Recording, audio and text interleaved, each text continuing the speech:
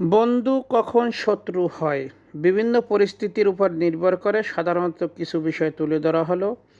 1 নম্বরে বিশ্বাসের অভাব। যখন বন্ধুরা একে অপরের প্রতি বিশ্বাস করতে পারে না, তখন ছোটোখাটো বিষয়েও বড় সমস্যা সৃষ্টি করতে পারে। 2, প্রতিযোগিতা। জীবনের বিভিন্ন ক্ষেত্রে প্রতিযোগিতা, যেমন শিক্ষা, কর্মক্ষেত্র, ব্যক্তিগত জীবন। প্রতিযোগিতা বন্ধুত্বের মধ্যে বিদ্বেষ সৃষ্টি করতে পারে। 3, অভিযোগ অভিমান।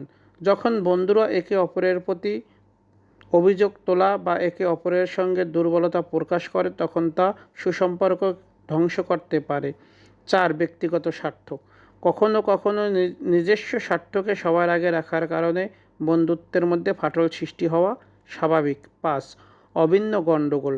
বন্ধুদের মধ্যে যদি একটি ঘটনায় বিভেদ ঘটে এবং তারা একে অপরের ভুল বোঝে, তাহলে তা শত্রুতায় রূপ নিতে পারে। 6, মনোভাবের পরিবর্তন। মানুষের মনোভাব পরিবর্তন হতে পারে। কখনো কোনো বন্ধুর আচরণ, সুর বা সিদ্ধান্ত গ্রহণের কারণে অন্য বন্ধু আহত হয়ে যেতে পারে।